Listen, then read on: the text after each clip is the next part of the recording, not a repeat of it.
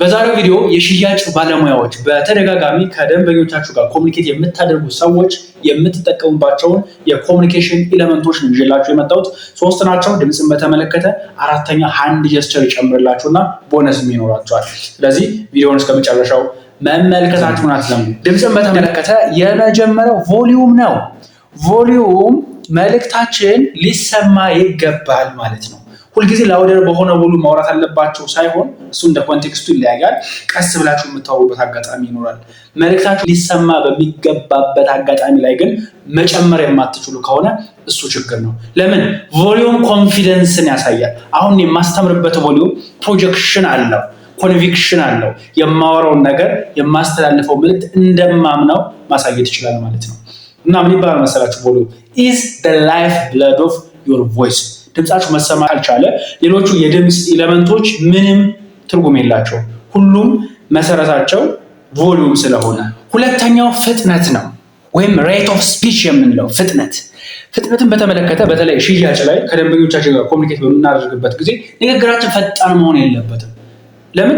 ዝግ ሲል እንደተረጋጋን ኮምፖዝድ እንደሆነን የትረስት ኢሹም አይኖርም አይደለ? ለምን? ቶሎ ቶሎ የሚያወራ ሰው ወይ የሆነ ነገር እያጨበረበራችሁ ሊመስላችሁ ይችላል፣ ወይ እንደፈራም ሊሆን ይችላል የሚያሳየው። የሆነ ነገር አይመቻችሁም አይደለ? ቶሎ ቶሎ ለማስረዳት የሚሞክር ወይም ቶሎ ቶሎ እንድትገዙት እየፈለገም ሊመስላችሁ ይችላል።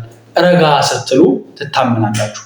ረጋ ስትሉ የሚከበር አይነት ንግግር ስለሆነ። ሶስተኛ ቶን ነው።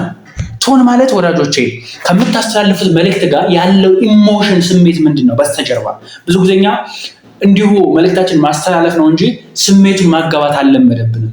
የሽያጭ ባለሙያ ሆነ ይሄን ነገር ከጥሩ መሳሪያ ከጥሩ ማቴሪያል ነው የተሰራው፣ ጥሩ ኳሊቲ ነው፣ ዋጋውን ፌር ነው ብትገዛው ትጠቀማለህ። እሱ ብቻ አይደለም። ይሄን ፕሮዳክት የምገዛው እኮ ለሱም ብቻ አይደለም፣ ከጥሩ ኳሊቲ ብቻ ስለተሰራ ላይሆን ይችላል። ከዚህ ጋር ተያይዞ የሚሰጠን ኢሞሽን ምንድን ነው? ስጽፍበት ደስ ሊለኝ ይችላል። ግልጽ ነው አይደል? ለመያዝ ቀላል ሊሆን ይችላል።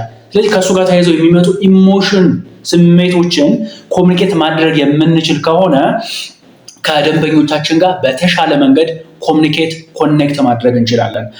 አራተኛ ድምፅን በተመለከተ ፖዝ ነው። ፖዝ ለአፍታ ረፍት መውሰድ ማለት ነው። ፓወርፉል ነው አይደል? ለምን? ካወራችሁ በኋላ መልእክታችሁን የምታወሯቸው ሰዎች እንዲረዱት ማሰቢያ ጊዜ እየሰጣችኋቸው ነው ማለት ነው። እናንተም ቀጣይ ምን ማለት እንዳለባችሁ ማሰቢያ ጊዜ ይኖራችኋል። ትረጋጋላችሁ፣ አየር ማስገባት ትችላላችሁ። አራተኛ ሃንድ ጀስቸር ነው። ሃንድ ጀስቸር የቦዲ ላንጉጅ ውስጥ የሚካተት ቢሆንም ኤክስፕሬሲቭ እንድንሆን ያግዘናል። መልእክታችን በተሻለ መንገድ ሰዎች ጋር እንዲደርስ የማድረግ አቅም አለው። ከዛ ውጭ ድምፃችን ከአካላችን ጋር የተገናኘ ስለሆነ እጆቻችንን ባንቀሳቀስን ቁጥር ድምፃችንም የተለያየ ይሆናል እና የምናወራቸውን ሰዎች ትኩረት መያዝ ይችላል ማለት ነው። እንደ ቦነስ የምጨምርላችሁ አምስተኛ ስቶሪ ቴሊንግ ነው። ታሪክ ማጋራት መቻል። ለምን መሰላችሁ? እኛ ሰዎች ታሪክን እንወዳለን።